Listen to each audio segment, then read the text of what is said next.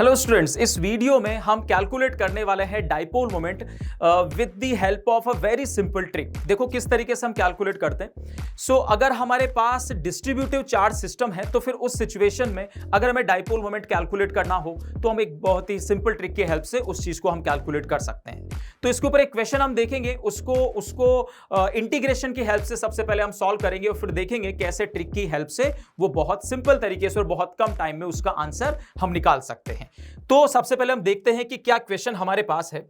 तो क्वेश्चन की अगर हम बात करें, so we have Q charge is uniformly distributed on quarter ring. तो ये हमारे पास एक क्वार्टर रिंग है जिसके ऊपर प्लस क्यू चार्ज हमने डिस्ट्रीब्यूट किया है और ओरिजिन पर माइनस क्यू चार्ज है। जो क्वार्टर रिंग है उसका रेडियस हमें आर दिया हुआ है और हमें कैलकुलेट करना है इस सिस्टम का डाइपोल मोमेंट।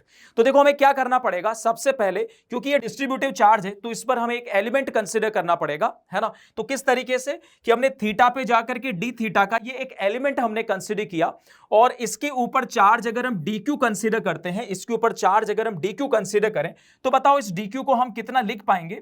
इस dq को हम कंसीडर कर सकते हैं कितना। अगर हम यहां पर dq लिखें तो ये हो जाएगा सिंपल यहां का चार्ज डेंसिटी यानी कि लेमडा और मल्टीप्लाइड बाय ये वाला जो डिस्टेंस है, ये वाला डिस्टेंस कितना होगा। ये डिस्टेंस होगा आर डी थीटा। अच्छा बताओ लेमडा कितना बता सकते हैं हम। लेमडा को हमें लिखना पड़ेगा the total charge divide by total length, है ना, यानी कि पाई आर डिवाइड बाय 2, है ना। तो देखो यहां से ये डी क्यू लिखा हुआ है, दिस इज डी क्यू। हमारे पास ये डी क्यू मिल गया और अगर इन दोनों के बीच के डिस्टेंस उसको मल्टीप्लाई कर देंगे तो हमें मिल जाएगा क्या, डाइपोल मोमेंट। ठीक है, डाइपोल मोमेंट कुछ इस तरीके से हमें मिला थीटा एंगल पर। अब ऑब्वियस सी बात है कि टोटल डाइपोल मोमेंट अगर हमें इस सिचुएशन में कैलकुलेट करना है तो ऐसा नहीं कि सीधा हमने इंटीग्रेट कर दिया। हमें सबसे पहले कंपोनेंट्स लेने पड़ेंगे। इधर कंपोनेंट आएगा डीपी कॉस थीटा, इसको अगर हम इंटीग्रेट करेंगे और ऐसे ही इधर जो कंपोनेंट आएगा वो आएगा डीपी साइन थीटा। हमें अलग अलग इंटीग्रेट करना पड़ेगा with the limit of from 0 to pi by 2। ठीक है, जब डीपी कॉस थीटा को इंटीग्रेट करेंगे तो हमें एक्स डायरेक्शन वाला यानी कि पी एक्स हमें मिलेगा और इधर डीपी साइन थीटा को करने से हमें पी वाई मिलेगा कुछ इस तरीके से। ठीक है, बताओ यहां पर इसका जो आंसर है फाइनली वो कितना आएगा। इसको इंटीग्रेट करेंगे तो ये हमें मिल जाएगा कितना, 2qr अपॉन पाई। और सिमिलरली यहां पर भी अगर हम बात करेंगे तो ये भी कितना मिल जाएगा, this is 2qr upon pi. ठीक, तो जो इफेक्टिव यानी कि जो रिजल्टेंट डाइपोल मोमेंट हमारा बना वो कितना बन जाएगा, 2√2qr अपॉन पाई। और कितने एंगल पर आएगा, ये आएगा 45 डिग्री पर।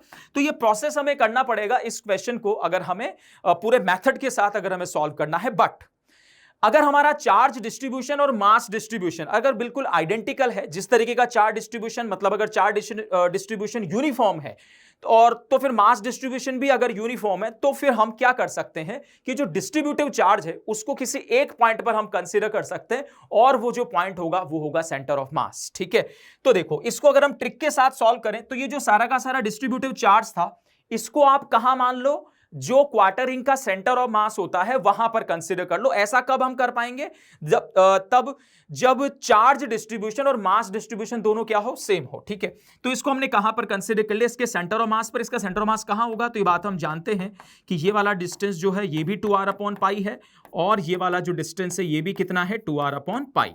यहां से अगर हम देखेंगे तो ये डिस्टेंस बन जाएगा कितना, 2√2r अपॉन पाई। तो बस अब हमारे पास दो पॉइंट चार्ज, एक माइनस क्यू एक प्लस क्यू, दोनों के बीच का सेपरेशन भी मुझे पता है कि अब मैं डाइपोल मोमेंट लिख सकता हूं डायरेक्टली। तो ये हमें करना है डिस्ट्रीब्यूटिव चार्ज को आप कहां कंसीडर कर लो, उसके सेंटर ऑफ मास पर, और सीधा आप डाइपोल मोमेंट जो है वो लिख सकते हो। चलो बिल्कुल ऐसे ही एक और क्वेश्चन हम इसके ऊपर कर लेते हैं। तो एक सेमी सर्कुलर रिंग है जिसमें इधर प्लस लेमडा और इधर माइनस लेमडा यहां पर चार्ज डिस्ट्रीब्यूशन हमें दिया हुआ है। तो हम क्या कर सकते हैं, ये सारा चार्ज इसके सेंटर ऑफ मास पर, ये वाला सारा चार्ज इसके सेंटर ऑफ मास पर। बताओ ये टोटल डिस्टेंस कितना बन जाएगा, ये बन जाएगा 4r अपॉन पाई। और ये अगर इस चार्ज की अगर हम बात करें कि क्यू चार्ज कितना होगा तो हम लिखेंगे lambda multiplied by this length यानी कि पाई आर बाई 2।